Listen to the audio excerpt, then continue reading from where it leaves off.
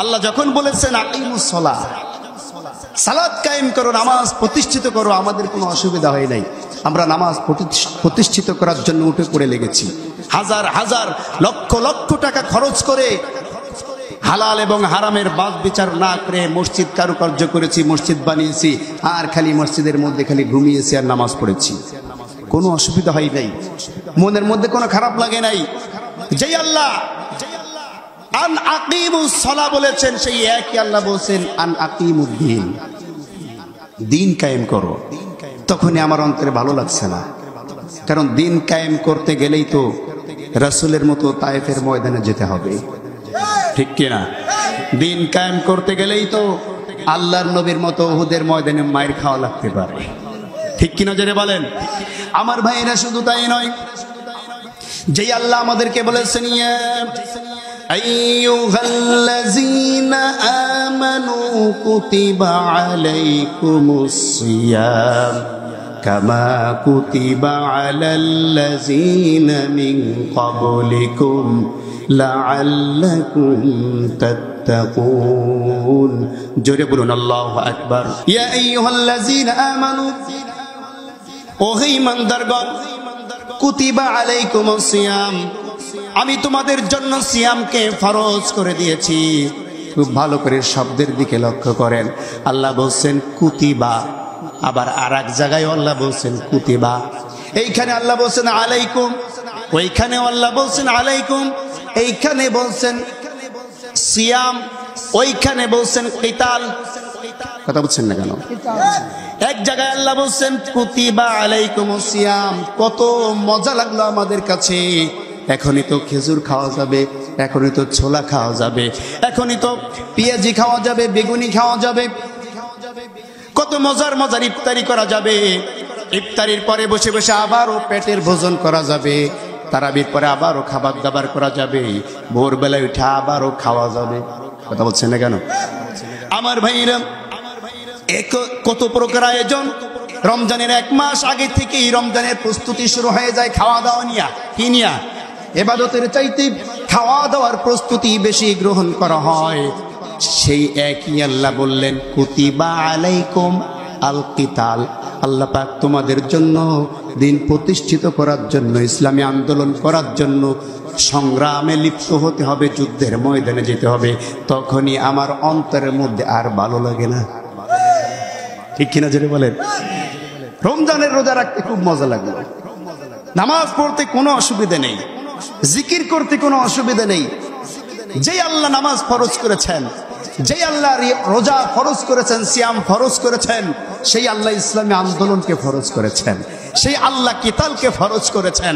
এখন আল্লাহর একটা ফরজ মানবে আর একটা ফরজ মানবে না, তুমি মুসলমানের অন্তর্ভুক্ত থাকতে পারবে না, ঠিক কিনা জেনে বলেন? আমরা সকলে কি মুসলমান? কারা কারা মুসলমান না হাত উঁচু করেন। একজন পাওয়া গিয়েছে, ও ভুল করে। আল্লাহ পাক খাঁটি ইমানদার মুসলমান হিসেবে কবুল করেন, বলেন আমিন। আমরা সকলে মুসলমান, ঠিক কিনা? আমার ভাইরা খুব ভালো করে বুঝতে হবে, মনিরামপুরের মানুষ ইসলামের জন্য তারা খুবই আল্লাহর পক্ষ থেকে অগ্রগামী হয়ে গিয়েছেন।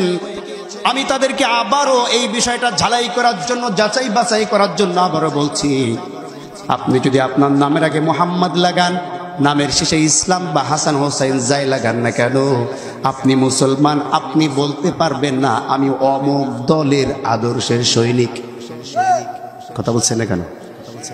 মুসলমান হিসাবে যদি কেউ পরিচয় দেয় আমি অমুক নেতার আদর্শের সৈনিক, তমুক দলের আদর্শের সৈনিক, এই পরিচয় যখন মুসলমানরা দেয়, আল্লাহ পাক রব্বুল আলামিন বলছেন মুসলমান কোন দলের পরিচয় দিতে পারবে না, মুসলমান কোন নেতার পরিচয় দিতে পারবে না। মুসলমান যদি কোন দলের পরিচয় দিতে চায়, আল্লাহ পাক রব্বুল আলামিন বলেন, আমার বান্দারা তোমরা শোনো, হুয়াল্লাযী আরসালা রাসূলাহু বিল হুদা ওয়া দীনিল হাক্কি লিইয়ুযহিরাহু আলা দ্দীনি কুল্লিহি ওয়ালাউ কারিহাল মুশরিকুন। জোরে বলুন আল্লাহু আকবার। হুয়াল্লাযী আরসালা রাসূলাহু বিল হুদা, তোমাদের নবীকে জনাবে মুহাম্মদ রাসূলুল্লাহ সাল্লাল্লাহু আলাইহি ওয়াসাল্লামকে এই পৃথিবীর বুকে পাঠিয়ে দিয়েছি বিল হুদা ওয়া দীনিল হক, একটা সত্য একনিষ্ঠ জীবন ব্যবস্থা এবং জীবন ধারণ করার জন্য, জীবন পরিচালনা করার জন্য হেদায়েতের কিতাব, এই দুইটা পূর্ণাঙ্গ জিনিস দিয়া আমার রাসূলকে আমি পাঠিয়েছি। উদ্দেশ্য হলো লিইয়ুযহিরাহু আলাদ-দীনি কুল্লিহি, পৃথিবীর বুকে যত প্রকার তন্ত্র আছে, যত প্রকার মন্ত্র আছে, যত প্রকার চেতনা আছে, যত প্রকার মতবাদ আছে, যত প্রকার দল আছে, সমস্ত দল বাদ দিয়া, চেতনা বাদ দিয়া, মতবাদ বাদ দিয়া আলাদ-দীনি কুল্লিহি, ইসলামকে চিরবিজয়ী করার জন্যই আমি নবী পাঠিয়েছি। কোন সুবহানাল্লাহ। এবার আপনি যদি নিজেকে মুসলমান হিসেবে দাবি করেন, আপনি ইসলাম ছাড়া অন্য কোন দলের অনুসারী, অন্য কোন দলের আদর্শের সৈনিক, এটা আপনি পরিচয় দিতে পারবেন না। এই কথা শোনার পরে কি সবার ভালো লেগেছে? সবাই আনন্দিত হয়েছে? না, আপনার পাশেই এমনও ব্যক্তি আছে জুলি পুড়ে শেষ হয়ে যাচ্ছে। ঠিক কিনা যারা বলেন?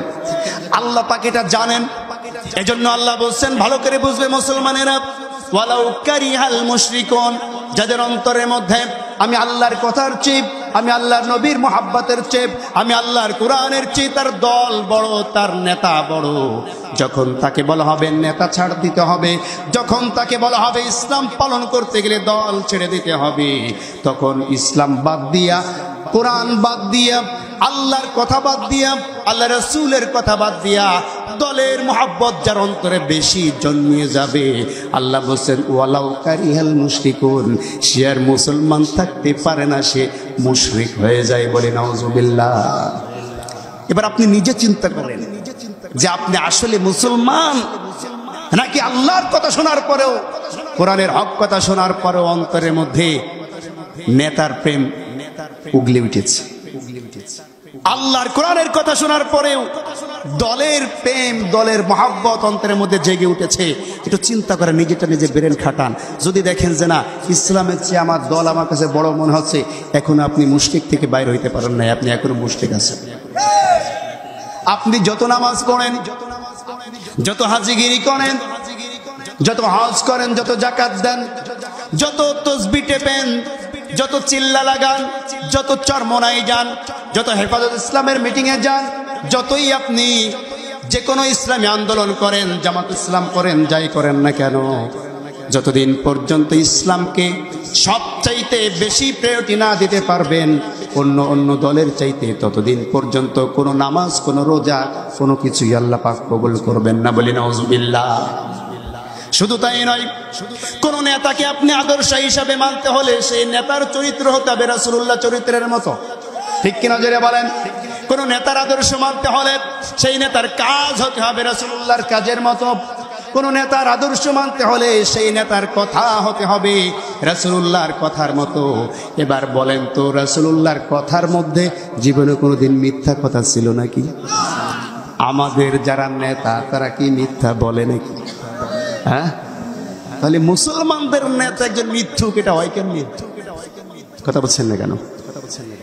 কোন মিথ্যুক মুসলমানদের নেতা হতে পারে? এবার বলেন তো, আপনার নেতার চরিত্র কি রাসূলের চরিত্রের মতো? আসতে বলবেন না, রাসূলের চরিত্রের মতো নাকি?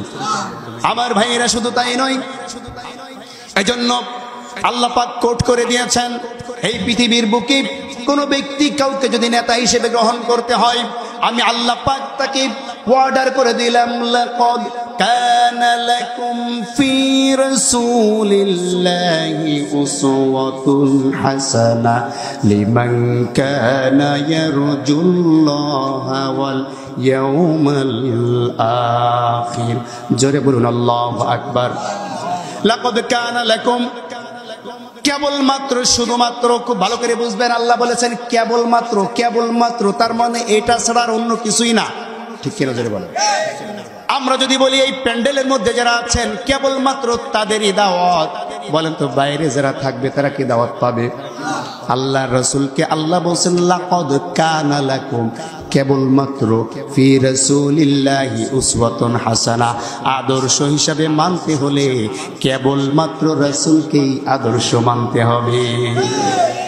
আপনি মুসলমান, অথচ আপনি দাবি করছেন অমুক নেতার আপনি আদর্শের সৈনিক, তমক নেতার আদর্শের সৈনিক। আল্লাহর কসম, নামাজ রোজা কোনো কিছুই আল্লাহ কবুল করবেন না যতদিন পর্যন্ত আল্লাহর রাসূলকে নেতা না মেনে দুনিয়ার কোনো ফাসিক নাস্তিকদেরকে আপনি নেতা হিসেবে গ্রহণ করবেন।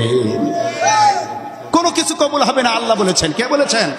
আল্লাহ বলছেন, ওয়ামাই ইয়াবতাগি গায়রাল ইসলামি দীনান ফালাই ইউকবালা মিন ওয়া হুয়া ফিল আখিরাতি মিনাল খাসিরিন। জোরে বলুন আল্লাহু আকবার। ওয়ামাই ইয়াবতাগি গায়রাল ইসলামি দীনান, ইসলামের মধ্যে না আসার কারণে আন্দোলনের নীতি তোমার দলের মধ্যে নাই। যেই দলের মধ্যে কোরআন নাই, যেই দলের মধ্যে হাদিস নাই, যেই দলের মধ্যে আল্লাহ রাসূলের আদর্শ নাই, এমন দলের অনুসারী তুমি হয়েছো, ইসলামের মধ্যে আসো নাই। আল্লাহ বলছেন ফালাই ইউকবালা মিনহু, ফালাই ইউকবালা মিনহু, ফালাই ইউকবালা মিনহু, তোমার কোনো কিছুই আমি আল্লাহ পাক রব্বুল আলামিন গ্রহণ করব না। বলে নাউযুবিল্লাহ।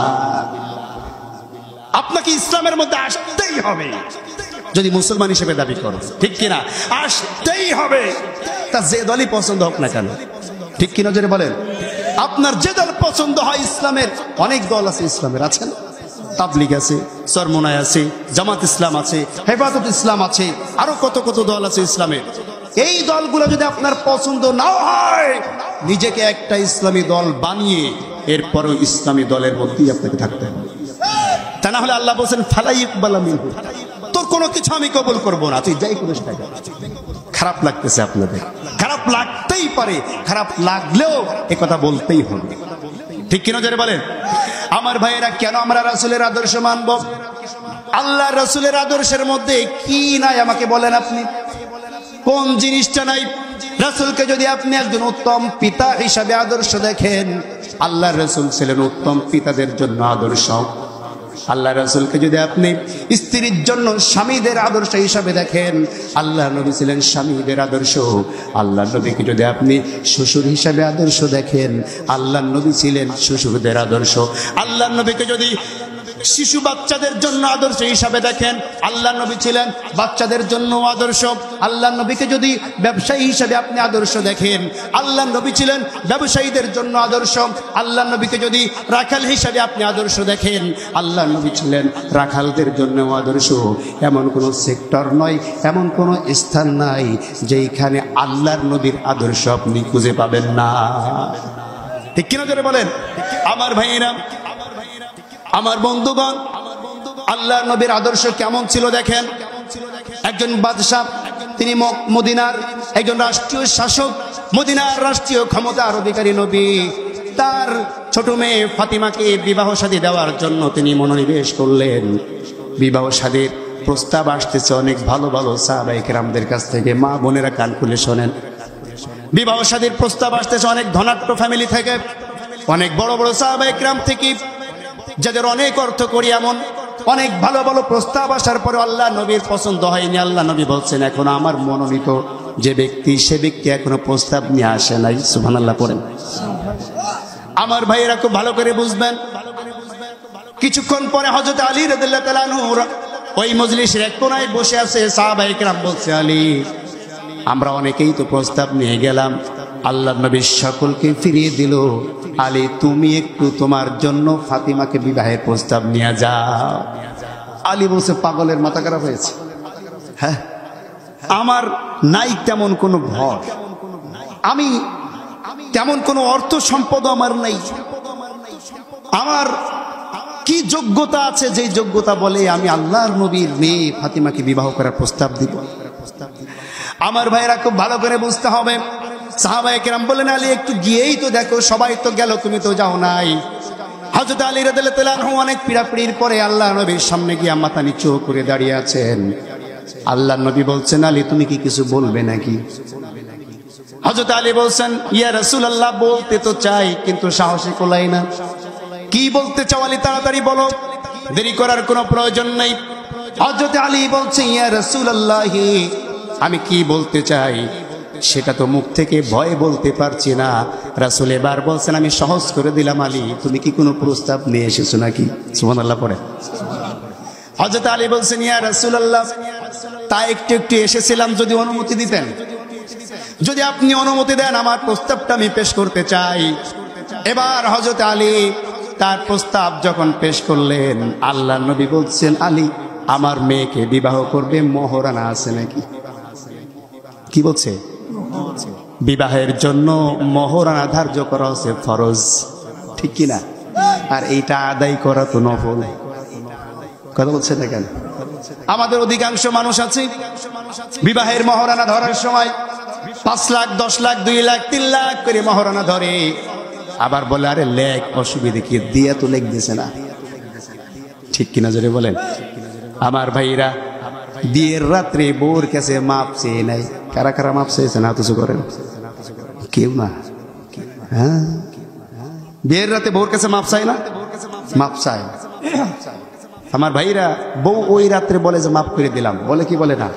কিন্তু 2 বছর 5 বছর সংসার করার পরে যখন ঝগড়া বাঁধে, ছাড়াছাড়ি যখন হয়, বলেন তো ওই সময় কি বলে? আগে ওই 4 লাখ দে। কথা বলছে না কেন? তাহলে মাফ করেছে কিভাবে? কথা বলে, মাফ করলো কিভাবে? যখন ছাড়াছাড়ি হওয়ার কথা হয় তখন বলে আগে ওই মোহরের টাকা দিবি। মাফ হইলো কেমনে বলেন? আসলে কিন্তু তারা মাফ করে না। এজন্য বিবাহকে সহজ করতে হবে। মেয়ের বাবা যারা আছে, মেয়ের বাবাদেরকে বলছি, আপনারা আপনাদের যাকে জামাই বানাবেন তাকে সহজ করে দেন। সে যতটুকু পারে নগদ অর্থে মোহরানা তাতে পরিশোধ করতে পারে, তার ব্যবস্থা করতে হবে, ঠিক কি নজরে বলেন? আমার ভাইয়েরা খুব ভালো করে বুঝতে হবে। আল্লাহ নবী বলেন, আলী বিবাহ করবে যে তার মোহরানা আছে নাকি? হযরত আলী বলছেন, ইয়া রাসূলুল্লাহ, ইয়া হাবিবাল্লাহ, আমার সংসারের বিষয়ে, আমার অর্থের বিষয়ে আপনার চেয়ে ভালো তো আর কারোর জানার কথা নয়। এরপরেও তোমাকে মহারানা দিতে হবে, কি আছে বলো? ইয়া রাসূলুল্লাহ, কিছুই নাই, শুধু একটা তরবারি আছে আর একটি ঢাল আমার কাছে আছে, এই 2টা ছাড়া আমার কাছে আর কোনো সম্পদ নাই। আল্লাহ নবী বললেন, যুদ্ধ করার জন্য তো তরবারির প্রয়োজন, ঢাল তো মাঝে মাঝে নাও লাগতে পারে, ঢাল বিক্রি করে মহারানা নিয়ে আসে। সুবহানাল্লাহ। আমার ভাইরা, আল্লাহ নবী মেয়েকে বিবাহ করার জন্য চলে গেলেন ঢাল বিক্রি করতে বাজারে। বাজারে ঢাল বিক্রি করতে গিয়া দেখা হয়েছে হযরত উসমান রাদিয়াল্লাহু তাআলা আনহুর সাথে। যদি বুঝে থাকেন বলেন তো, উসমান রাদিয়াল্লাহু তাআলা আনহু আল্লাহ নবীর কি হন? বলছে, আলী কি ব্যাপার, তুমি একজন যোদ্ধা মানুষ, তুমি ঢাল বিক্রি করে দিচ্ছ, অনেক অভাবে পড়েছো নাকি, ব্যাপারটা কি আমার সাথে বলো। হযরত আলী বলছেন, আমার ভাই উসমান, আল্লাহর নবীর ছোট মেয়ে ফাতেমার সাথে আমার বিবাহ ঠিক হয়ে গিয়েছে, এখন তার মোহরানা দেওয়ার জন্য আমি আমার এই ঢালটিকে বিক্রি করতে এসেছি। হযরত উসমান বলছে, কি বললা তুমি? এটা তো খুশির সংবাদ। সুবহানাল্লাহ পড়েন। শালীর বিবাহ হচ্ছে, দুলাভাই জানে না, শুনেছে আরেকজনের কাছ থেকে, শোনার পরে বলছে আলহামদুলিল্লাহ। আর আমাদের সমাজের দুলাভাইরা যদি জানে শালীর বিয়ে ঠিক হয়েছে, ও তার বউরে বলবে, তোর জন্য আজীবন ওই বাড়ি যাওয়া নিষেধ। 144 ধারা, ঠিক কিনা? জীবনেও যাবো না তোর ওই বাড়ি আমি। লাস্টে যখন পিড়াপিড়ি হয় বলে, তুই গিলি যা, আমি জীবনেও যাব, ঠিক কিনা? বিয়ে হয়েছে তো দূরের কথা, যদি দেখতে আসে কি করে?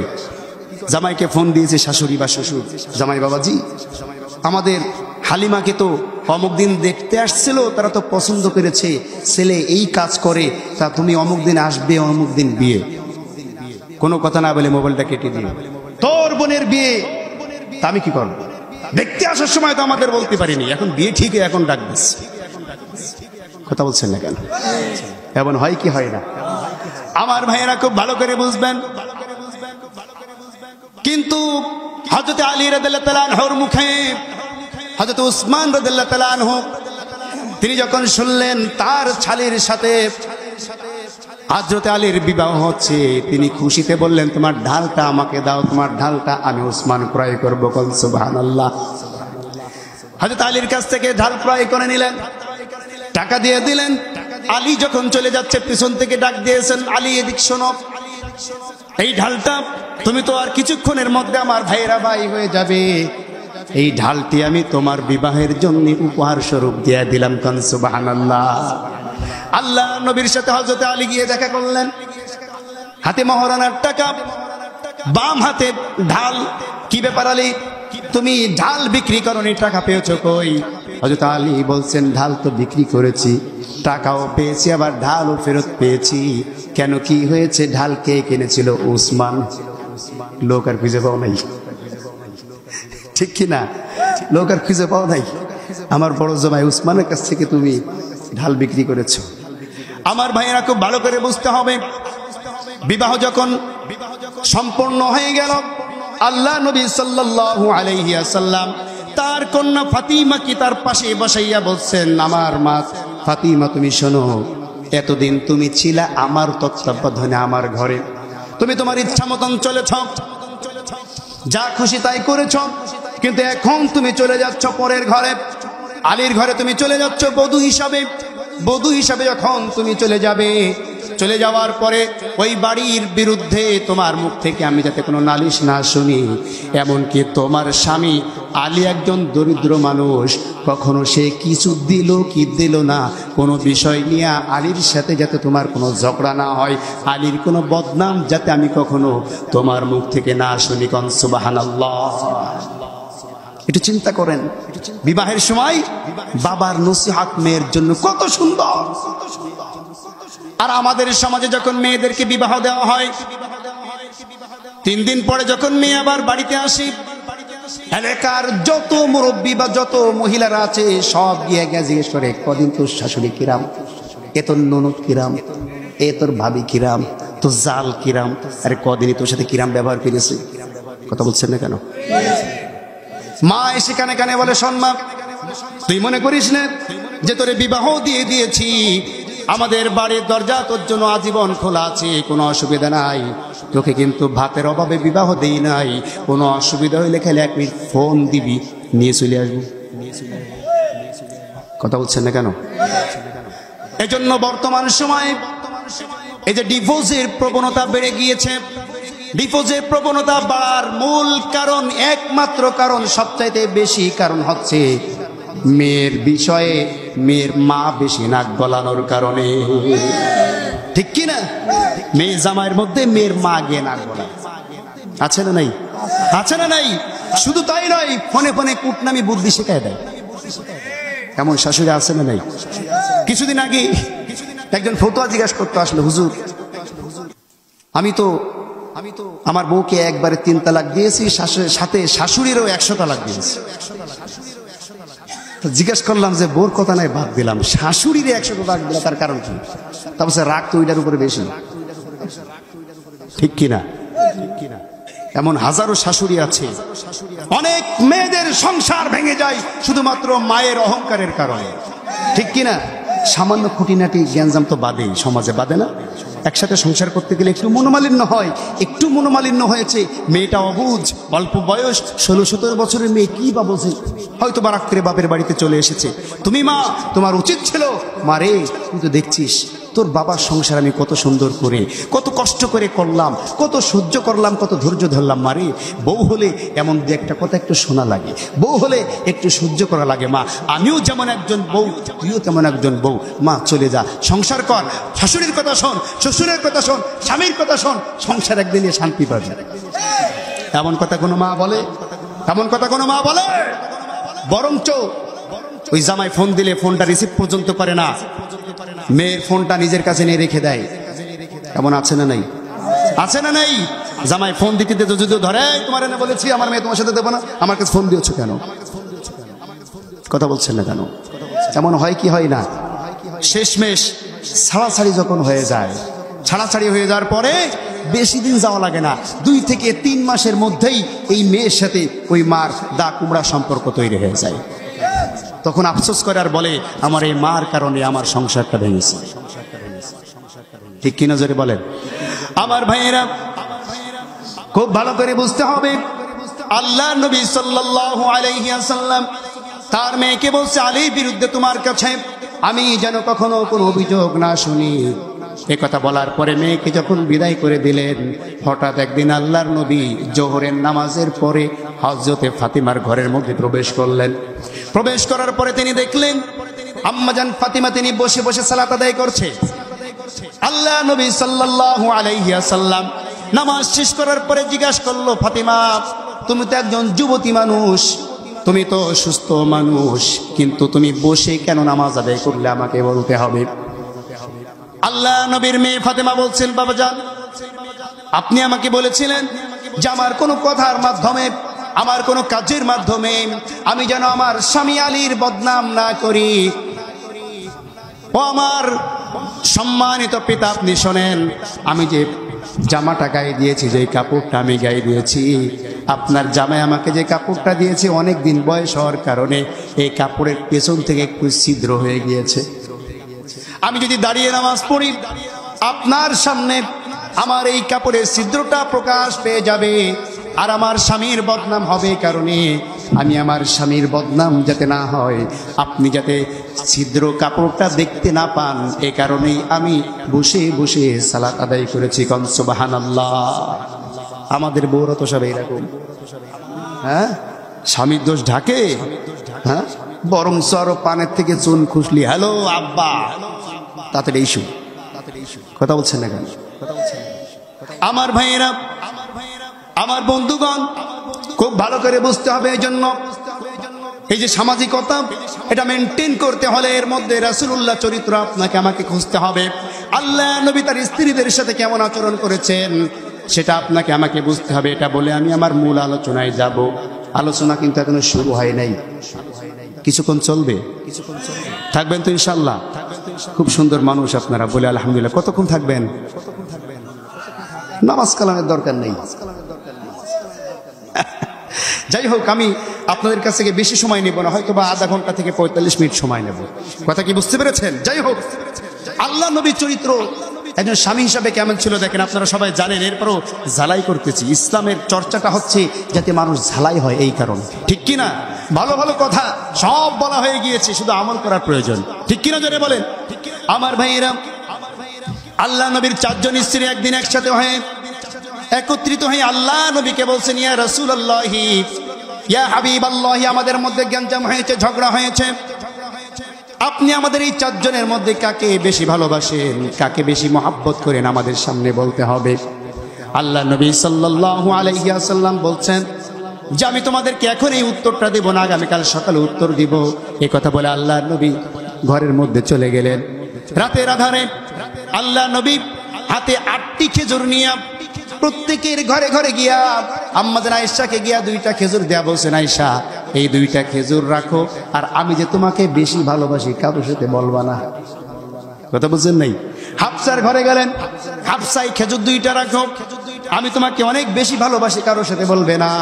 এভাবে করে 4 জন স্ত্রীকে তিনি 2টি করে খেজুর দিয়ে আসলেন। সকালবেলায় সমস্ত স্ত্রীরা আবার এসে একত্রিত হলো। আল্লাহ নবী বলছেন, গত রাত্রে যাকে আমি 2টা খেজুর দিয়ে এসেছি তাকেই আমি সবচাইতে বেশি ভালোবাসি। কোন সুবহানাল্লাহ। আমার ভাইয়েরা, এজন্য স্ত্রীদের সাথে স্বামী হিসাবে আপনার আচরণ কেমন হবে রাসূলুল্লাহ থেকে শিখতে হবে, ঠিক কিনা জোরে বলেন। এজন্য মুসলমানদের প্রত্যেকটা কাজ অনুসরণীয়, অনুকরণীয়, আল্লাহ নবী ছাড়া অন্য কারো হতে পারে না, ঠিক কিনা? আমি আপনাদের সামনে সূরাতুল আনকাবুত থেকে একটি আয়াত তেলাওয়াত করেছি। এই আয়াতকে সামনে রেখে 2-1টি কথা বলবো। সেই কথাগুলি হচ্ছে, আমি যে আয়াত তেলাওয়াত করেছি এই আয়াতের বিষয়বস্তু হচ্ছে সালাত। এই আয়াতের বিষয়বস্তু কি? আসতে বলবেন না, বিষয়বস্তু কি? সালাত। সালাত আদায় করার আগে সালাতের একটা চাবি আছে, বলেন তো নামাজের চাবি কি? ওযু। নামাজের চাবি হচ্ছে ওযু। আল্লাহ পাক রব্বুল আলামিন নামাজের কথা বলার আগে বলছেন, ইয়া আইয়ুহাল্লাযীনা আমানু ইযা কুমতুম ইলাস সালাতি ফাগসিলু উজুহাকুম ওয়া আইদিয়াকুম ইলাল মারাফিকি ওয়ামসাহু বিরুউসিকুম ওয়া আরজুলাকুম ইলাল কাবাইন। জোরে বলুন আল্লাহু আকবার। ইয়া আইয়ুহাল্লাযীনা আমানু, ওহে ঈমানদারগণ, ইযা কুমতুম ইলাস সালাত, যখন তোমাদের সামনে নামাজের সময় চলে আসবে, নামাজের ওয়াক্ত যখন হয়ে যাবে, নামাজের জন্য তোমরা যখন মনোনিবেশ করবে ফাগসিলু ওযুহাকুম, তখন তোমরা ওযু করবে। ওযুর ফরজ কয়টা? সকলে বলেন। ওযুর ফরজ 4টা। কি কি? জি জি জি, মাশাআল্লাহ, একজন মাত্র ওযুর ফরজ জানে, আর কেউ জানেন না? হ্যাঁ, যাই হোক, আমরা মুসলমান অনেকে আছে ওযুর ফরজ জানে না। কথা বলছেন না কেন? জানার দরকার আছে নাই? আল্লাহ বলছেন ওযুর ফরজ 4টি। কয়টি? ফাগসিলু ওযুহাকুম, সমস্ত মুখমণ্ডল আগে তোমাকে ধৌত করতে হবে। ওয়াইদিয়াকুম ইলাল মারাফিক, 2 হাতের কোণ পর্যন্ত ধৌত করতে হবে।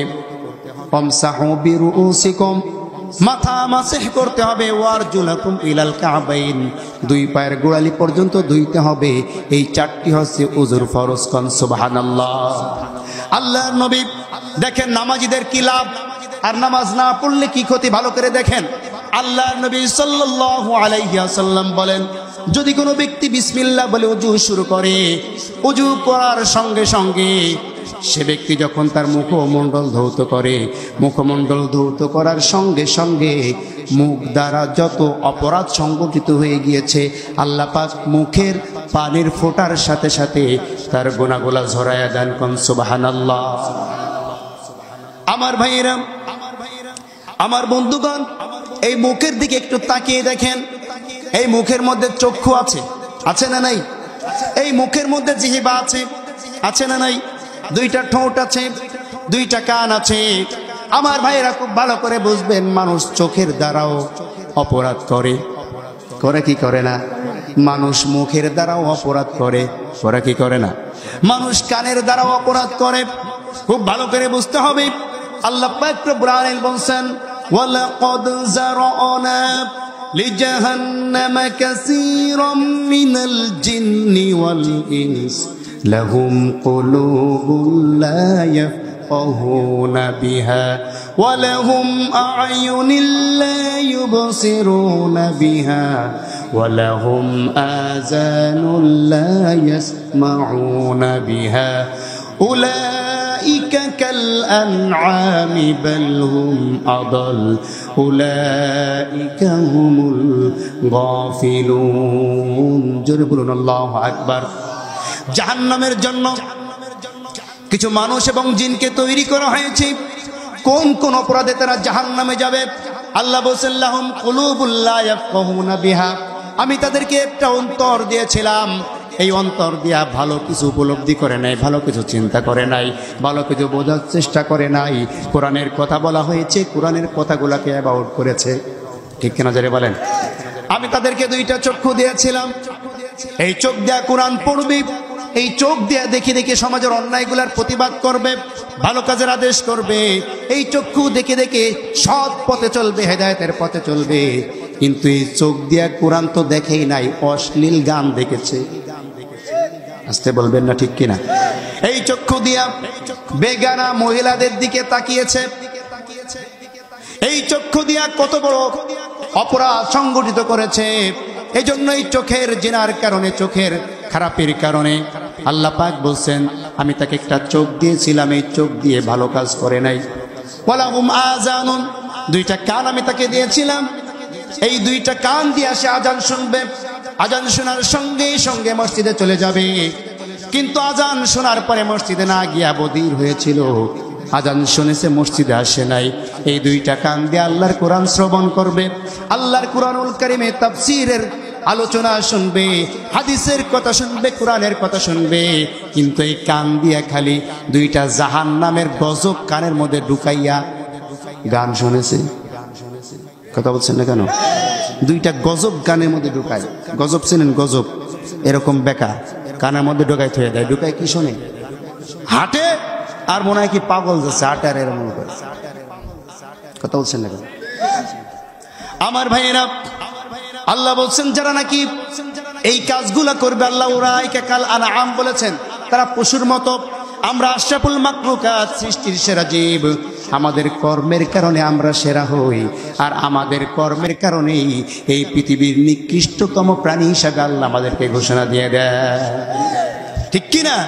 এজন্য এই মুখের দ্বারা গুনাহ হয়, বলার মাধ্যমে, মিথ্যা কথা বলার মাধ্যমে, মানুষকে গালি দেওয়ার মাধ্যমে, মুখের মাধ্যমে গুনাহ হয়ে যায়, মানুষকে ধমক দেওয়ার মাধ্যমে গুনাহ হয়ে যায়, গীবত করার মাধ্যমেও গুনাহ হয় কি হয় না? এজন্য এই মুখমণ্ডল যদি কেউ ধৌত করে, এই মুখের মধ্যে যত অঙ্গ প্রত্যঙ্গ আছে এর দ্বারা যত অপরাধ সংগঠিত হয়ে গিয়েছে, গুনাহ হয়ে গিয়েছে, ওজুর পানির ফোঁটার সাথে সাথে এই অপরাধগুলো আল্লাহ পাক ঝরিয়ে দেন। কোন সুবহানাল্লাহ। যখন সে ব্যক্তি দুইটা হাত ধৌত করে, আল্লাহ নবী বলেন হাতের দ্বারা যদি কোনো অপরাধ সংগঠিত হয়ে যায়, হাতের দ্বারা যদি কোনো গুনাহ হয়, হাত ধৌত করার সঙ্গে সঙ্গে পানির ফোঁটার সাথে সাথে তার সমস্ত গুনাহগুলা ঝরে যায়। কোন সুবহানাল্লাহ।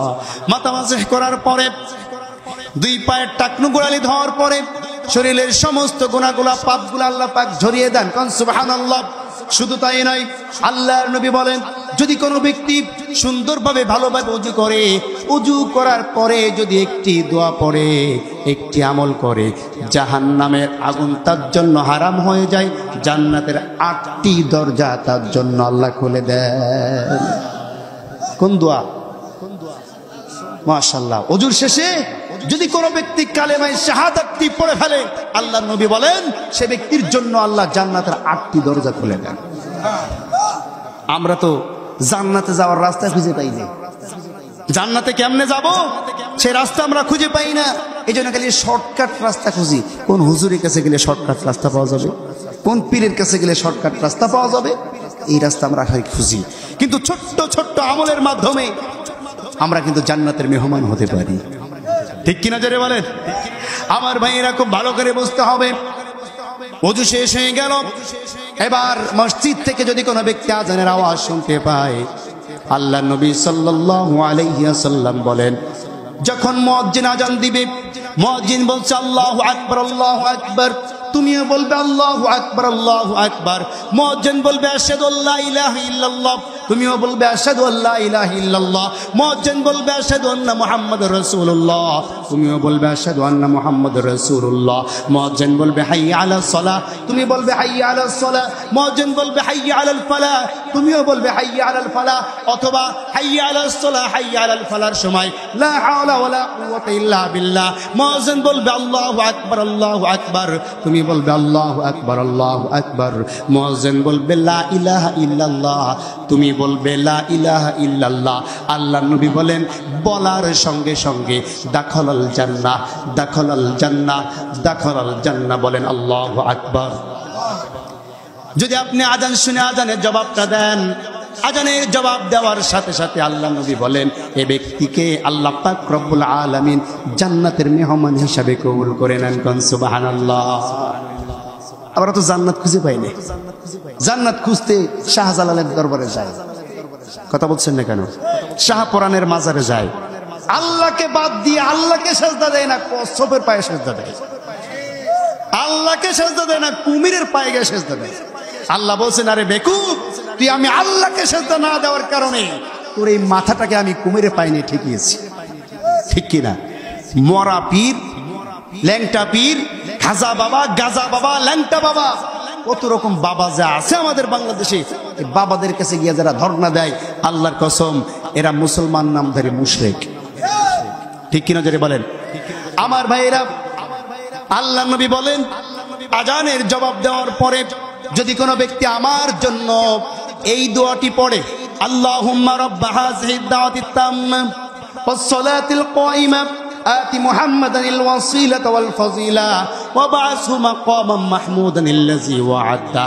যদি কোনো ব্যক্তি, যদি কোনো বান্দা আমার জন্য এই ওসিলার দোয়াটা করে, আমি মুহাম্মদ তার জন্য সুপারিশ করা ওয়াজিব হয়ে যায়।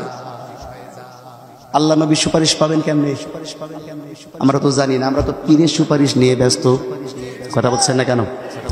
অথচ আল্লাহ নবী বলছেন আজানের জবাব দেওয়ার পরে যদি কোনো ব্যক্তি আজানের দোয়ার মধ্যে আমার জন্য ওসিলার দোয়া করে, যে আমার জন্য ওসিলার দোয়া করে, আমি আল্লাহ নবী তার জন্য শাফায়াত করা তার ওয়াজিব হয়ে যায়। কোন সুবহানাল্লাহ। যদি শাফায়াত করে এইটা কি বিফলে যাবে নাকি? আমরা মুসলমান তো বুঝি না। আমরা খালি মনে করি হুজুর খালি একটু কান্দাবে, হুজুর খালি হি হি করে হাসাবে, হুজুর খালি হুঙ্কার দিয়ে ফাটায় ফেলবে, এই হচ্ছে ওয়াজ। কি শিখলে তা তো জানি না। কথা বলছেন না? আমার ভাইরা খুব ভালো করে বুঝতে হবে, আমি যেখানে যাই তাফসীর করি, হাদিসের কথা বলি, কে পছন্দ করলো আর না করলো ওটা দেখা দরকার নাই। আল্লাহ পাক যদি সন্তুষ্ট হয় ওইটাই আমার জন্য যথেষ্ট। ঠিক কিনা জোরে বলেন আমার ভাইরা। এরপর আল্লাহ নবী সাল্লাল্লাহু আলাইহি ওয়াসাল্লাম বলেন, আজানের জবাব দেওয়ার পরে যদি কোনো ব্যক্তি, যদি কোনো আল্লাহর বান্দা মসজিদে নামাজের উদ্দেশ্যে প্রবেশ করে, মসজিদে প্রবেশ করার সময় যদি এই দোয়া পড়ে, আল্লাহুম্মা ফতাহলি আবওয়াবা রাহমাতিক। পারেন আপনারা? সবাই পারেন তো? মাশাআল্লাহ। মসজিদে প্রবেশ করার সময় তো বাম পা দিয়ে প্রবেশ করতে হয়। কোন পা দিয়া? আমরা কোন পা দিয়ে ঢুকি জানি না, কোন পা দিয়ে ঢুকলাম। গল্প করতে করতে এবার ঢোকে, আর একদিক তাকাইতে তাকাইতে আর গল্প করতে করতে ঢোকে। কোন পা দিয়েছে তা খেয়ালও নাই, দোয়া তো দূরের কথা। ঠিক কিনা জোরে বলেন? এমন হয় কি হয় না? আর যত গল্প সব মনে পড়ে মসজিদে আসলে। কথা বলছেন না কেন? এতক্ষণ বাইরে চার দোকানে গল্প গুজব ফেরে টেরা শেষ করতে পারে নাই, মসজিদে ঢুকে আবার গল্প শুরু। কথা বলেন। আল্লাহ নবী সাল্লাল্লাহু আলাইহি ওয়াসাল্লাম বলেন, যদি কোনো উম্মত আজানের জবাব দিয়ে মসজিদে ডান পাও দিয়ে প্রবেশ করে দোয়া পড়ে, মসজিদে প্রবেশ করার পরে চুপ করে বসে থাকে, কারোর সাথে কোনো কথা না বলে, এবং খতিব সাহেব যে আলোচনাগুলো করে চুপ করে শ্রবণ করে, নামাজ শেষে আস্তে করে বাহির হয়ে যায়, এ ব্যক্তি আজকে একজন শিশু ভূমিষ্ঠ হওয়ার পরে যেমন নিষ্পাপ, ও ব্যক্তি নামাজ পড়ে বের হওয়ার সময় এরকম নিষ্পাপ হয়ে যায়। কোন সুবহানাল্লাহ।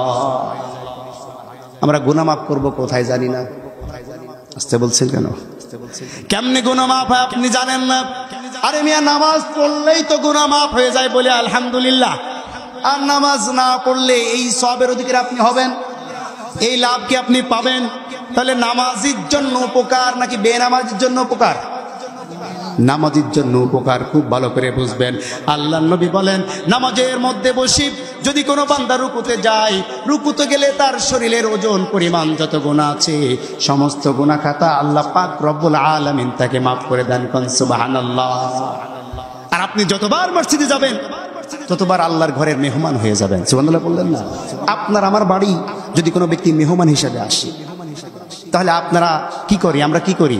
তাকে আপ্যায়ন করি না? তাকে সাধ্যমতো আপ্যায়ন করি।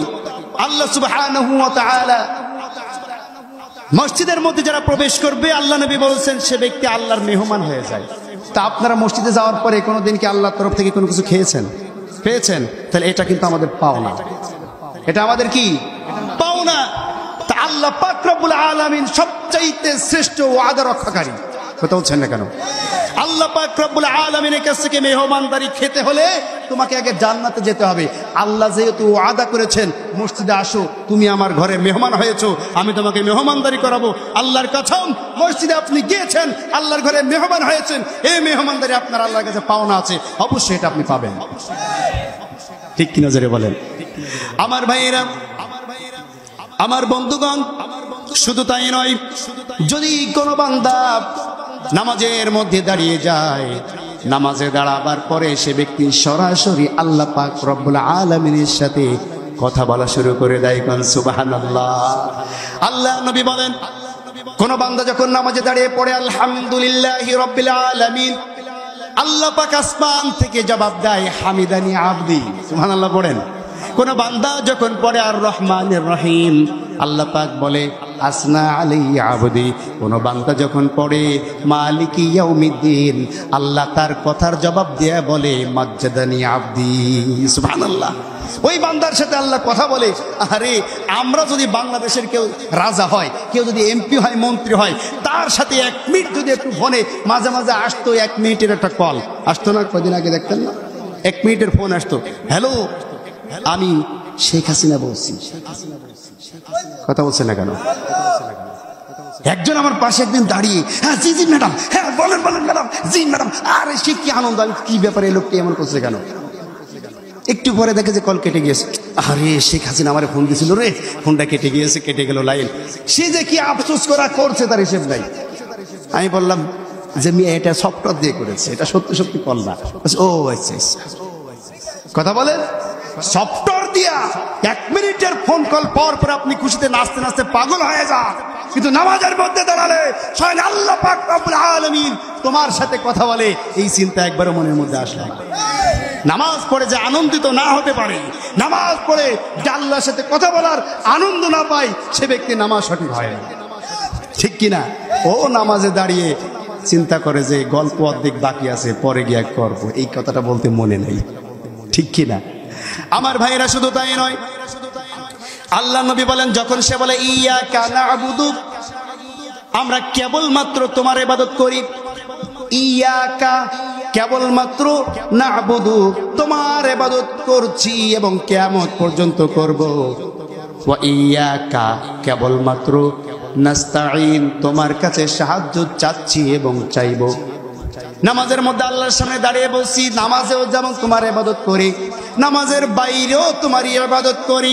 নামাজের মধ্যে আল্লাহর ইবাদত করলাম, মসজিদে আল্লাহর ইবাদত করলাম, মসজিদের বাইরে গেলাম, মানুষের তৈরি করা মতবাদ দিয়া রাষ্ট্র চালালাম, মানুষের তৈরি করা আইন দেয়া বিচার ফর্মুলা মেনে নিলাম, সুদের সাথে জড়িত হলাম, ঘুষের সাথে জড়িত হলাম, নাস্তিক মার্কা মিথ্যাবাদী নেতার পিছনে হাঁটাহাঁটি করলাম, আর আল্লাহর সামনে বললাম তোমারই ইবাদত করি। বলেন তো আল্লাহর সাথে আপনি ওয়াদা করলেন কি, বাইরে এসে করছেন কি? কথা বলেন আমার ভাইয়েরা। আল্লাহ বলছেন, এটা হাদিসে কুদসি, যে যখন আমার বান্দা বলে ইয়াকা না'বুদু ওয়া ইয়াকা নাস্তাঈন, আল্লাহ তখন বলে হাযা বাইনি ওয়া বাইনা আবদি ইয়া ইবাদি মা সাআল, আমার জন্য আমার এবং আমার বান্দার মধ্যে সম্পর্ক তৈরি হয়ে গেল। বান্দা নাকি কেবলমাত্র আমারই গোলামি করে, বান্দা নাকি কেবলমাত্র আমার কাছে সাহায্য চাই। ও আমার বান্দা, তোমার মধ্যে আর আমার মধ্যে সম্পর্ক তৈরি হয়ে গেল, আমি তোমাকে আমার বান্দা হিসেবে গ্রহণ করে নিলাম। কি চাও বলো? এবার আমরা পড়ি ইহদিনাস সিরাতাল মুস্তাকিম সিরাতাল্লাযীনা আন'আমতা আলাইহিম গায়রিল মাগদুবি আলাইহিম ওয়ালাদ-দাল্লিন। জোরে বলুন আমিন। আমার ভাইরা, যখন ইহদিনাস সিরাতাল মুস্তাকিম বলা হয়, আল্লাহ বলছেন যাও তোমাকে আমি সিরাতাল মুস্তাকিম সুজা জান্নাতের রাস্তা দেখিয়ে দিলাম। সুবহানাল্লাহ পড়েন। আবার বলা হয় সিরাতাল্লাযীনা আন'আমতা আলাইহিম, ওই সমস্ত ব্যক্তিদের পথ যেই সমস্ত ব্যক্তিরা তোমার পক্ষ থেকে নিয়ামত পেয়ে গিয়েছে। নিয়ামত প্রাপ্ত বান্দারা কারা? আল্লাহ পাক অন্য জায়গায় বলছেন আন'আমাল্লাহু আলাইহিম মিনান নাবিয়্যিনা ওয়াস-সিদ্দীকিন ওয়াশ-শুহাদাই ওয়াস-সালিহিন। জোরে বলুন আল্লাহু আকবার। আল্লাহর তরফ থেকে যারা নাকি নিয়ামত প্রাপ্ত বান্দা, তাদের সাথে হাসর হবে তোমাদের। যারা নাকি নামাজি, তারা কারা? 1 নম্বর মিনান নাবিয়্যিন, যারা নাকি আল্লাহর নবী ছিলেন। সুবহানাল্লাহ পড়েন। ওয়াস-সিদ্দীকিন, যারা নাকি হযরত আবু বকরের মতো সত্যবাদী সাহাবা ছিলেন। ওয়াশ-শুহাদা, যারা নাকি হযরত আমির হামজার মতো, হযরত খাব্বাব খুবাইবের মতো আল্লাহর জমিনে দিন কায়েমের আন্দোলন করতে গিয়া শহীদ হয়ে গিয়েছেন। কোন সুবহানাল্লাহ। ওয়াস-সালিহিন, যারা নাকি এই পৃথিবীর বুকে একমাত্র আল্লাহর জন্য কাজ করেছে, জীবনে কোনোদিন কোনো পাপের কাজ করে নাই, তাদেরকেই বলা হয় সালিহিন। এই 4 জন সঙ্গী, এরা কি ভালো না মন্দ? ভালো। আসতে বলবেন না, ভালো না মন্দ? এমন সঙ্গী যদি কেউ পায়, সে কি আনন্দিত হবে নাকি অখুশি? খুশি হবে না অখুশি হবে?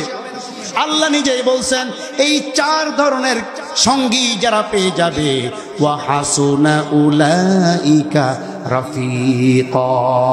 জোরে বলুন আল্লাহু আকবার। এত সুন্দর বন্ধু পাওয়া তার জন্য সৌভাগ্যের ব্যাপার, যারা নাকি নামাজ পড়ার কারণে, আল্লাহর জমিনে দিন কায়েমের আন্দোলনের করার কারণে, আল্লাহর হুকুম পালন করার কারণে নবীদের সঙ্গী হয়েছে, শহীদদের সঙ্গী হয়েছে, সিদ্দিকিনদের সঙ্গী হয়েছে, আর নেককার বান্দাদের সঙ্গী হয়ে গিয়েছে। কন্যা সুবহানাল্লাহ।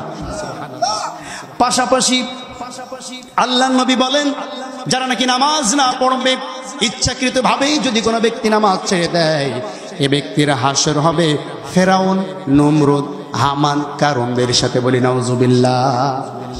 এবার বলেন তো এই সঙ্গীগুলা কত উত্তম, আর এই বরে যে সঙ্গীর কথা বলা হলো, এরা তো খুব ভালো জায়গায় থাকবে, আনন্দে থাকবে। এরাও যেখানে থাকবে, বেনামাজিও সেখানে থাকবে। সুতরাং নামাজ পড়লে নামাজিদের জন্য উপকার, আর নামাজ না পড়লে বেনামাজিদের জন্য ক্ষতি। আল্লাহ নবী সাল্লাল্লাহু আলাইহি ওয়াসাল্লাম এখানেই শেষ করেন নাই। আল্লাহ নবী বলেন, যদি কোনো ব্যক্তি রুকুতে যায়, রুকুতে যাওয়ার পরে রুকু থেকে মাথা উঠাইয়া বলে রব্বানা লাকাল হামদ হামদান কাসীরান তাইয়িবান মুবারাকান ফীহি, এই দোয়া যদি কোনো ব্যক্তি রুকু থেকে উঠে পড়ে ফেলে, আল্লাহ নবী বলেন, আমি নবী তোমরা নবী না, আমি যা দেখি তোমরা তা দেখো না। একজন সাহাবী যখন এই দোয়াটি নামাজের মধ্যে পড়ে ফেলেছিলেন, আল্লাহ নবী বলেন, আমি দেখতে পাচ্ছিলাম 40 জনের বেশি ফেরেশতা এই আমলটি আল্লাহর দরবারে কে কার আগে নিয়ে চলে যাবে তার জন্য প্রতিযোগিতা করেছিল। কোন সুবহানাল্লাহ। আমার ভাইয়েরা, আমার বন্ধুগণ, কোন বান্দা যদি নামাজের মধ্যে আমরা যে দোয়া মাসুরা পড়ি, পারেন দোয়া মাসুরা, আমরা যে দোয়া মাসুরা গুলা পড়ি, কোন বান্দা যদি নামাজের মধ্যে দোয়া মাসুরা পড়ে, আল্লাহ নবী বলছেন দোয়া মাসুরাটার অর্থ একটু জেনে নেন, তাহলে বুঝতে সুবিধা হবে। আল্লাহুম্মা ইন্নী যালামতু নাফসি, আল্লাহ আমি নিজের উপরে অনেক জুলুম করেছি, জুলমান কাসীরা, অনেক বেশি আকারে জুলুম করে ফেলেছি। ওয়ালা ইয়াগফিরুয যুনুবা ইল্লা আনতা, আপনি ছাড়া গুনাহ মাফ করার মতন আর কেউ নাই। ফাগফিরলি, সুতরাং আমাকে মাফ করে দেন। মাগফিরাতাম মিন ইনদিকা ওয়ারহামনি, মাফ করে দেয়াই ক্ষান্ত নয়, মাফ করে দেওয়ার পরে আপনার তরফ থেকে রহমতের আশা করি। আল্লাহ নবী বলেন, যখনই কোনো বান্দা বলে ওয়ালা ইয়াগফিরুয যুনুবা ইল্লা আনতা ফাগফিরলি, আল্লাহ পাক রব্বুল আলামিন এই কথা শোনার পরে এত খুশি হন যে আরে আমার বান্দা দেখো বলে ফেলেছে আমি ছাড়া নাকি মাফ করার আর কেউ নাই। আল্লাহ খুশিতে তার জন্য হেসে দেন। কোন সুবহানাল্লাহ। এর মানে হচ্ছে এমন যে একজন এমপির সাথে আপনি চলতেন, একজন চেয়ারম্যানের সাথে আপনি চলতেন, চলতে চলতে হঠাৎ কোনো কথা বা কোনো কাজের মাধ্যমে চেয়ারম্যানের সাথে এমপির সাথে আপনার একটু মনোমালিন্য হয়েছে। মনোমালিন্য হওয়ার পরে বেশ কিছুদিন চেয়ারম্যানের সাথে দেখা হয় না, এমপির সাথে দেখা হয় না, আপনি সামনে যান না, সেও আপনাকে ডাকে না। হঠাৎ একবার দেখা হয়ে গেল, সামনাসামনি পড়ে গিয়েছে।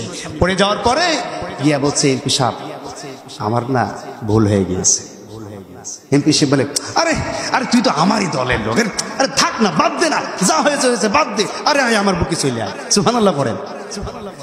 আল্লাহ নবী বলেন, কেমন জানি আল্লাহর সামনে বসে তার বান্দা যখন বলে ওয়ালা ইয়াগফিরুয যুনুবা ইল্লা আনতা ফাগফিরলি, ও আল্লাহ তুমি ছাড়া ক্ষমা করার আর কেউ নাই, আমি তো জুলুম করে ফেলেছি, অনেক বেশি জুলুম করেছি, আমি তো তোমার হুকুম মানি নাই, আমি তোমার হুকুমের অমান্য চলেছি, জুলুম করে ফেলেছি।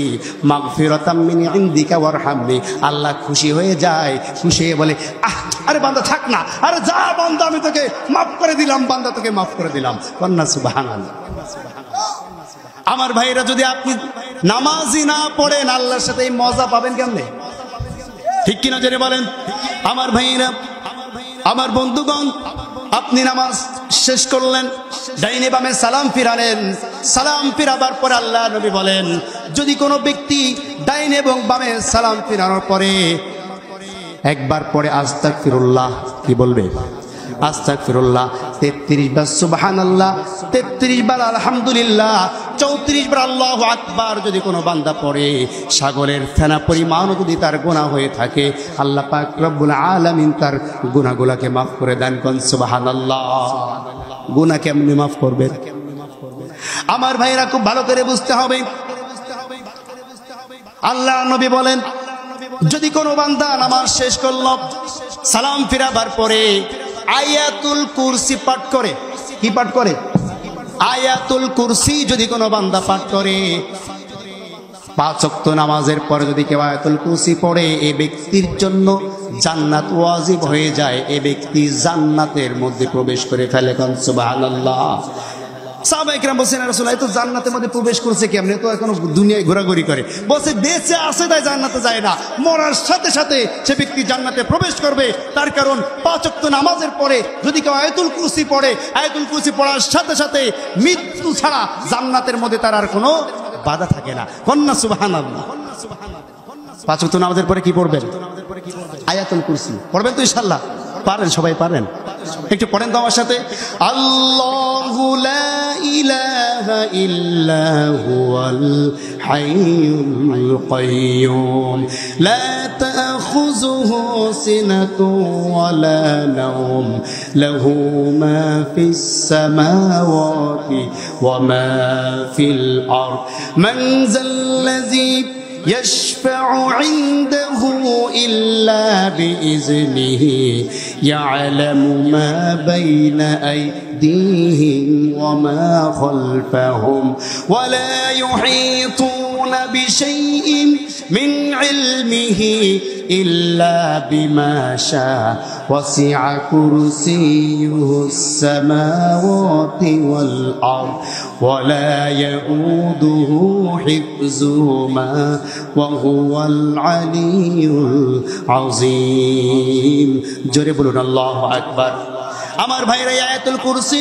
পবিত্র কুরআনুল কারীমের সবচাইতে শ্রেষ্ঠ আয়াত সুবহানাল্লাহ পড়েন আল্লাহ নবী বলেন যদি কোনো ব্যক্তি আয়াতুল কুরসি পড়ে এই আয়াতুল কুরসির এত ফজিলত কোন ব্যক্তি যদি কোনো জিনের রোগীর উপরে আয়াতুল কুরসি পড়ে দম দেয় এই ব্যক্তির উপর থেকে শয়তানের সমস্ত আসর দূরে সরে যায় কোন সুবহানাল্লাহ আল্লাহ নবীর সাহাবা হযরত আবু হুরায়রা রাদিয়াল্লাহু তাআলা আনহু তিনি বলছেন যে আমাকে একদিন গনিমতের মাল পাহারা দেওয়ার জন্য নিযুক্ত করা হলো আমি রাত্রিবেলায় গনিমতের মাল পাহারার জন্য দাঁড়ালাম খামাখা দাঁড়িয়ে না থেকে নামাজের মধ্যে দাঁড়িয়ে গেলাম হঠাৎ দেখতে পেলাম একটা চোর আসলো কোত্থেকে জানি চোর এসে গনিমতের মাল থেকে মাল চুরি করে নিয়ে যায় আমি নামাজ তাড়াতাড়ি শেষ করে চোরকে ধরে ফেললাম চোর আমাকে বলল ভাইজান ভাই আবু হুরায়রা তুমি আমাকে ছেড়ে দাও আমি অত্যন্ত গরিব মানুষ আমার ছোট ছোট বাচ্চারা আছে স্ত্রী বাড়িতে না খেয়ে আছে আমাকে ছেড়ে দাও আমি এই অর্থ নিয়ে আর কোনোদিন এই অর্থ চুরি করার জন্য আসবো না আমাকে ছেড়ে দাও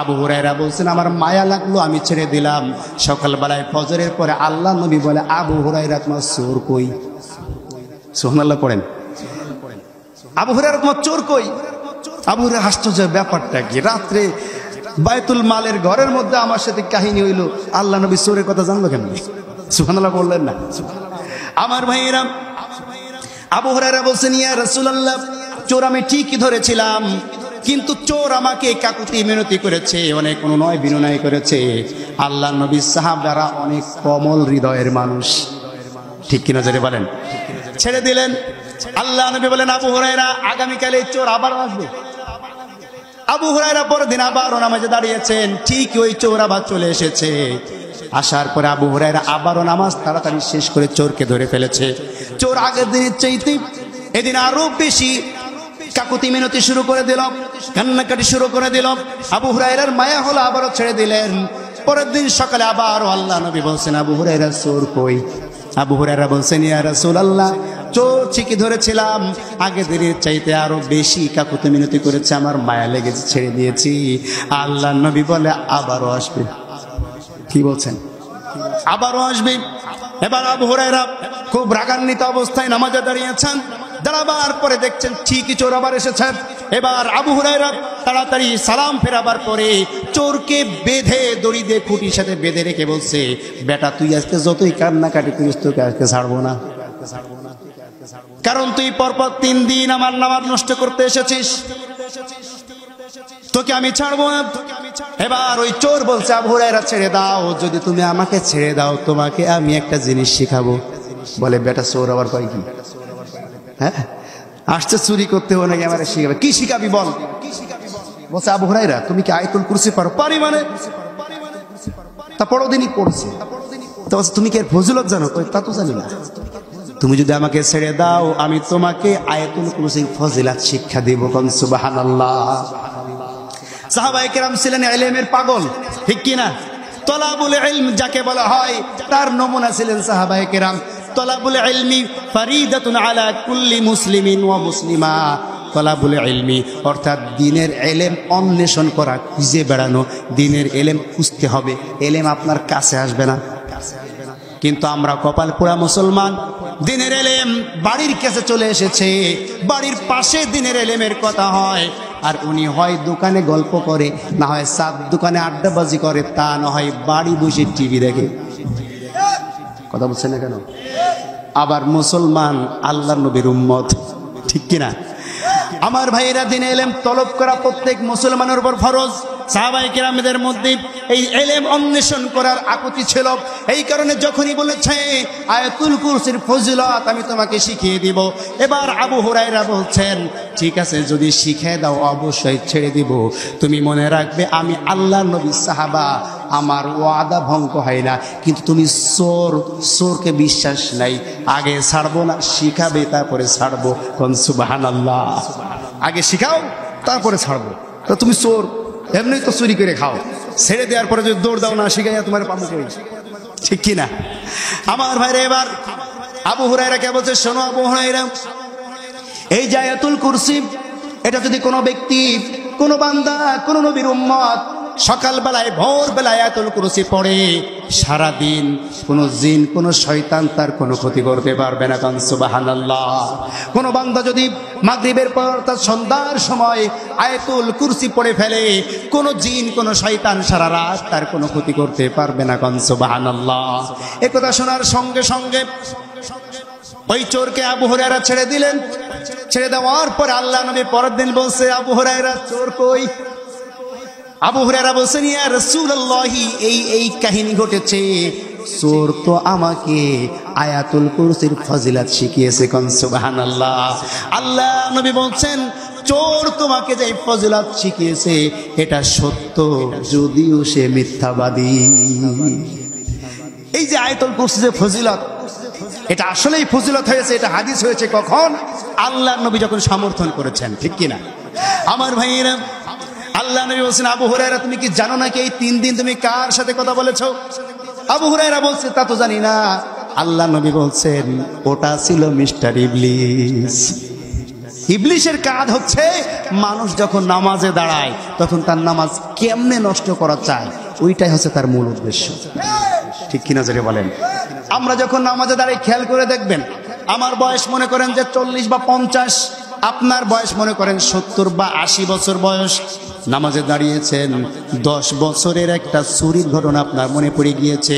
10 বছর বয়সে কার গাছের আম চুরি করতে গিয়েছিলেন, ওই কথা মনে পড়ে মনে মনে হাসি লাগে। কথা বলছেন না কেন? এমন হয় কি হয় না? যা কখনো মনে পড়ে না তা মনে পড়ে নামাজের মধ্যে। তার কারণ কি? এগুলো শয়তান মনে করিয়ে আপনার নামাজের একাগ্রতা নষ্ট করার চেষ্টা করে। ঠিক কিনা জোরে বলেন? এই জন্য প্রত্যেক নামাজের পরে আয়াতুল কুরসি, সকাল সন্ধ্যা আয়াতুল কুরসি পাঠ করবেন তো ইনশাআল্লাহ। আমার ভাইরা, এবার আমি আমার মূল আয়াত তেলাওয়াতকৃত আয়াতের সংক্ষিপ্ত অর্থ করে আমার আলোচনা শেষ করতে চাই।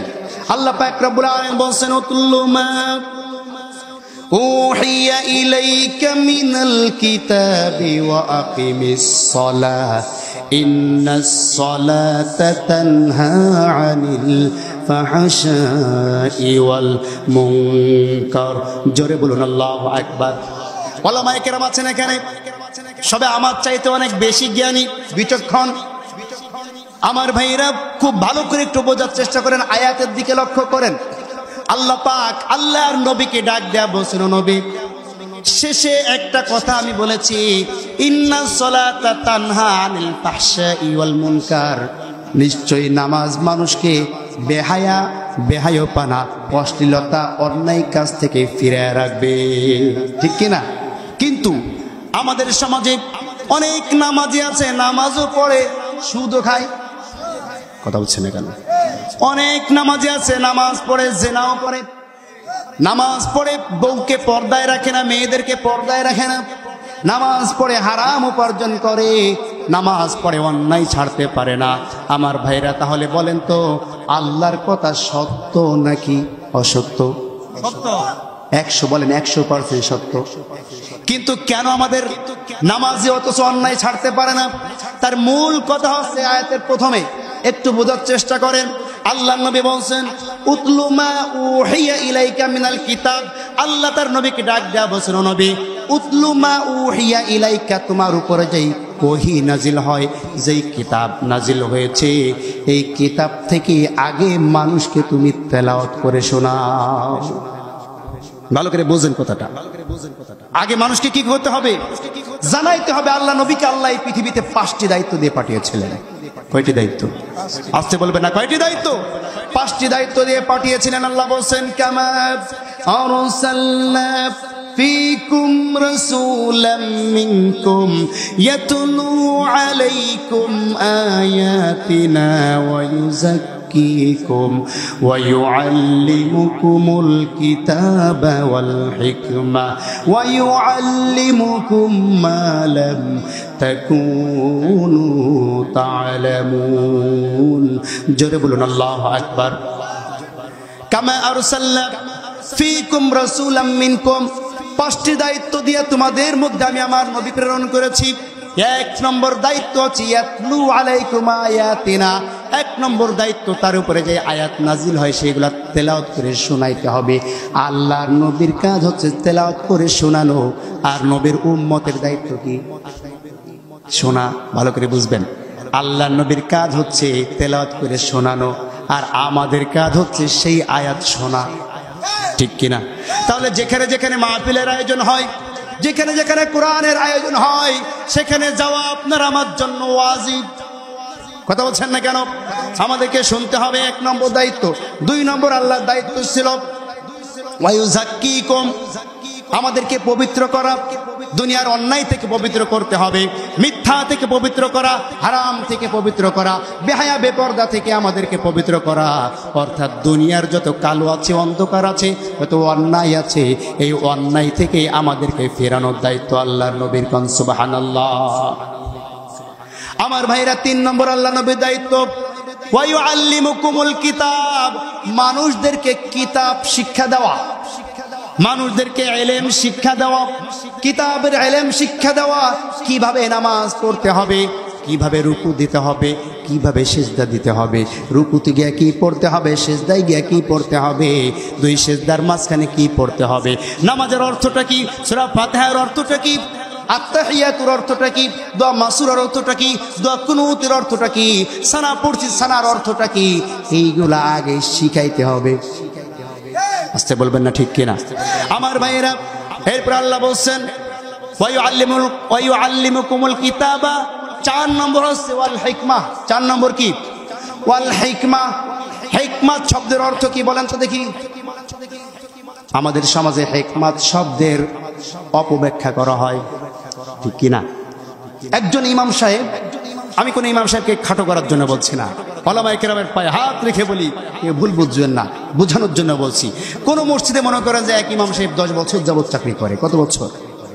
10 বছর যাবত ইমাম সাহেব মসজিদে চাকরি করে, অথচ ওই মসজিদের সভাপতি সুদ খায়। আছে না? আপনাদের এদিকে হয়তো বা নেই, কিন্তু বিভিন্ন জায়গায় আছে। মসজিদ কমিটির সভাপতি, সেক্রেটারি সবকটা সুদখোর, হারামখোর, হারাম উপার্জন করে মানুষের হক নষ্ট করে বড় লোক হয়েছে, উনি মসজিদের সভাপতি হয়েছে। আছে না নেই? কেন? তার কারণ হচ্ছে ওই যে টাকা আছে, মামু আছে, মামুর জোরে, ক্ষমতার জোরে সমাজের টাটকা সুদখোর, ঘুষখোর, লম্পট, বেয়াদব, ইসলাম বিদ্বেষী, জনগণের হক নষ্ট করি এরা মসজিদের সভাপতি হয়। লজ্জা থাকা উচিত, ঠিক কিনা জোরে বলেন? ইমাম সাহেবকে বলা হলো, ইমাম সাহেব আপনি 10 বছর যাবত মসজিদে ইমামতি করেন, অথচ আপনি জানেন যে আপনার সভাপতি সুদ খায়। কোনোদিন জুমার দিন তো দেখলাম না আপনি সুদের বিরুদ্ধে আওয়াজ করতে, ব্যাপারটা কি? ইমাম সাহেব বলে, আমি তো হিকমত অবলম্বন করি। কি বলে? হিকমত মানে উনি বুঝেছে যে হিকমত মানে সত্যকে গোপন করা। কথা বলছেন কেন? ভাই বলছে চাকরি বাঁচানো। আমার ভাইরা খুব ভালো করে বুঝবেন, হিকমত মানে সত্যকে গোপন করা নয়। আল্লাহ পাক বরঞ্চ ধমক দিয়েছেন, ইন্নাল্লাযীনা ইয়াকতুমুনা মা আনজালাল্লাহু মিনাল কিতাবি ওয়া ইয়াশতারুনা বিআয়াতি সামানান কলিলা উলাইকা মা يأكلون في بطونهم إلا النار ولا يكلمهم الله يوم القيامة জোরে বলুন আল্লাহু আকবার। নিশ্চয়ই যারা নাকি কোরআনের ইলম থাকার কারণে, হাদিসের ইলম থাকার কারণে, জ্ঞান থাকার পরেও যারা নাকি আমার আয়াতগুলোকে গোপন করে, একতুমুনা মা আনজালাল্লাহু মিনাল কিতাব, যে কিতাব তার উপরে নাজিল হয়েছে এই কিতাবের কথাগুলোকে গোপন করে। কেন গোপন করে? ওয়াস্তারুনা বিআয়াতি সামানান কলিলা, দুনিয়ার চাকরি বাঁচানোর ভয়ে। কথা হচ্ছে না কেন? ঠিক কি নজরে বলেন? এজন্য হিকমত মানে সত্য গোপন করা নয়। হিকমত শব্দের অর্থ হচ্ছে সমাজে ঘুষ আছে, অন্যায় আছে, জেনা আছে, ব্যভিচার আছে, সুদ আছে। কোরআনের কোন আয়াতে সুদের বিরুদ্ধে কথা আছে, কোন আয়াতে জেনার বিরুদ্ধে কথা আছে, কোন হাদিসের মধ্যে আপনার বেপরদার বিরুদ্ধে কথা আছে। এই কোরআনের আয়াত আর এই হাদিসগুলা বেশি বেশি করে মানুষকে বুঝিয়ে ওই কাজটাকে সমাজ থেকে দূরে সরানোর নাম হচ্ছে হিকমত। ঠিক কিনা জোরে বলেন? হিকমত মানে সত্যকে কেমনে সমাজে প্রতিষ্ঠিত করা যায়, এই প্রতিষ্ঠিত করার ক্যাপাসিটি জানার নাম হচ্ছে হিকমত। হিকমত মানে সত্য গোপন করা নয়। ঠিক কিনা জোরে বলেন? আমার ভাইয়েরা, 5 নম্বর আল্লাহর নবীর দায়িত্ব ছিল ওয়ায়ুআল্লিমুকুম মা লাম তাকুনু তা'লামুন, মানুষ যা জানে না মানুষদেরকে তা শিখাইতে হবে। মানুষ যা জানে না মানুষকে কি করতে হবে? শিখাইতে হবে। এই যে 5 নম্বর যে দায়িত্ব। এবার ওই আয়াতের দিকে তাকান, আল্লাহ বলছেন উতলু মা উহিয়া ইলাইকা মিনাল কিতাব ওয়া আকিমিস সালাহ। ভালো করে বুঝেন, তোমার উপরে যে কিতাব নাজিল হয়েছে কিতাব থেকে মানুষকে শিখাও, আগে জানাও, এরপরে ওয়াও লাগিয়েছেন, পরে অতঃপর ওয়াকিমিস সালাহ, আগে শিখাও, আগে বুঝাও, আগে জানাও, এরপরে নামাজ আদায় করো। যখন শিখাবে, যখন জানাবে, যখন পড়াবে, যখন বুঝতে পারবে সূরা ফাতিহা মানে কি, যখন বুঝতে পারবে সুবহান রাব্বিল আযীম মানে কি, যখন বুঝতে পারবে সুবহান রাব্বিল আলা মানে কি, যখন বুঝতে পারবে আত-তাহিয়াতু মানে কি, যখন বুঝতে পারবে দুরূদ শরীফ মানে কি, দোয়া মাসুরা মানে কি, আল্লাহর কসম করে বলছি অর্থের দিকে যখন তাকাবে মনটা আর ছোটবেলার দিকে আর কোনোদিন যাবে না। ঠিক কিনা জোরে বলেন? এজন্য আল্লাহ বলেছেন আগে শিখাও, আগে বুঝাও, আগে জানাও, শিখাবার পরে ওয়াকিমিস সালাহ, এবার নামাজ কায়েম করে দেখো, নিশ্চয়ই ইন্নাস সালাতা তানহা আনিল ফাহশাই ওয়াল মুনকার। এই নামাজ ওই নামাজ না, এই নামাজ শিখাবার পরে নামাজ না, শিখার পরে নামাজ না, শিখার পরে যখন নামাজ পড়বে অবশ্যই আনিল ফাহশাই ওয়াল মুনকার, অবশ্যই এই নামাজ নামাজিকে অশ্লীলতা থেকে দূরে থাকবে। ঠিক কিনা জোরে বলেন? ওই নামাজ না, জানে না কিছু ছাতা মাতা আল্লাহু আকবার বলে দাঁড়িয়েছে, যা করে ইমাম সাহেব করে ফেলাক। আমি মনে মনে চিন্তা করছি গরুটা ওইখানে বানলাম, পাশে তো ধান খেয়া যদি খেয়ে ফেলে, তাড়াতাড়ি হুজুর সালাম ফিরে না কেন? যদি কোনোদিন কিরাত একটু লম্বা ধরে, সুমন্দির ইমাম সাহেব ছাতা খালি লম্বা লম্বা কিরাত ধরে, নামাজ যে এত দেরি করে, আছে না নেই? আছে না নেই? নামাজ হবে? এই নামাজ কোনোদিন অন্যায় থেকে ফেরাইতে পারবে না। আল্লাহ বলছেন আগে তেলাওয়াত করো, আগে শিখাও, আগে জানাও, এরপরে নামাজ কায়েম করো। ওই নামাজ নামাজিকে অশ্লীলতা থেকে ফিরে রাখবে। কোন সুবহানাল্লাহ। আমার ভাইয়েরা, আমার বন্ধুগণ, খুব ভালো করে বুঝতে হবে। এজন্য আমি ইমাম সাহেবদেরকে বলবো, অনেক মসজিদ আছে, এখানে কেমন হয় আমি জানি না, অনেক মসজিদ আছে সালাম ফিরালো ফজরের পরে, সালাম ফিরানোর পরে একটুখানি পরে 3 বার আউযু বিল্লাহি সামিল আলিম মিনাশ শাইতানির রাজিম, তারপরে হুয়াল্লাহুল্লাজি। 50 বছর যাবত নামাজ পড়তে আসে ইমামের পিছনে, 50 বছর হুয়াল্লাহুল্লাজি পড়তে পড়তে মুখস্থ, আলাম তারা জানে না। কথা বলছেন না কেন? এজন্য ইমাম সাহেবদের আমি অনুরোধ জানাবো, যারা ইমাম সাহেব আছেন, আপনি একটি সূরা 1 মাস ধরে পড়াবেন। ফজরের পরে একটি সূরা 1 মাস যাবত পড়াইতে থাকবেন। 1 মাস পরে মুসল্লিদেরকে জিজ্ঞাসা করবেন, একজন করে না, সবাই একসাথে বলতে বলবেন। কারণ কি, একজন করে যখন জিজ্ঞাসা করবেন কোনো মুরব্বী হয়তো বা পাবে না, সে লজ্জা পেয়ে পরের দিন দেখা যায় আসেন। এজন্য সবাইকে জিজ্ঞেস করে চক্ষু বন্ধ করলে বোঝা যায় যে কাটটা হচ্ছে কাটটা হচ্ছে না। যখন দেখবেন 1 মাসে হয় নাই, আরেক মাস পড়াবেন, হয় নাই আরেক মাস পড়াবেন। 1 বছরে একটা সূরা শিখান। আপনি 10 বছর আছেন, 10 বছরে যদি 10টা সূরা শিখতে পারে, এটাই তার জন্য যথেষ্ট। খালি হুয়াল্লাহুল্লাজি পড়ার পরে শেষ। এজন্য আগে শিখাইতে হবে, নামাজ শিখাইতে হবে মুসল্লিদেরকে। নামাজ আপনি শিখাইতে থাকেন, 1 দিন নয়, 10 দিন নয়, 5 দিন নয়, 10 বছর পরে আপনার মুসল্লিরা যখন নামাজ শিখে ফেলবে, আল্লাহর কসম এই মুসল্লিরা অন্যায় কাজের ধারে কাছেও যাবে না। কিন্তু আমাদের সমাজে এমনও কিছু মুসল্লি আছে, মসজিদে ইমাম সাহেব সূরা শিখায়, ইমাম সাহেব আত-তাহিয়াতু শিখায়, সবার আগে যে উইটে হাঁটা দেয় ও আউযু বিল্লাহ পারে না। কথা বলছেন না কেন? যে আউযু বিল্লাহ পড়তে পারে না, উনি সবার আগে উইটে হাঁটা দেয়। ঠিক কিনা? এমনও আছে শিখতে চায় না। এজন্য আমাদেরকে শিখতে হবে। কি কথা কি বুঝতে পেরেছেন? নামাজের মতন পড়তে হবে। নামাজের মতন নামাজ পড়তে হলে আগে নামাজ শিক্ষা করতে হবে। কি পারা যাবে তো ইনশাআল্লাহ? পারা যাবে তো?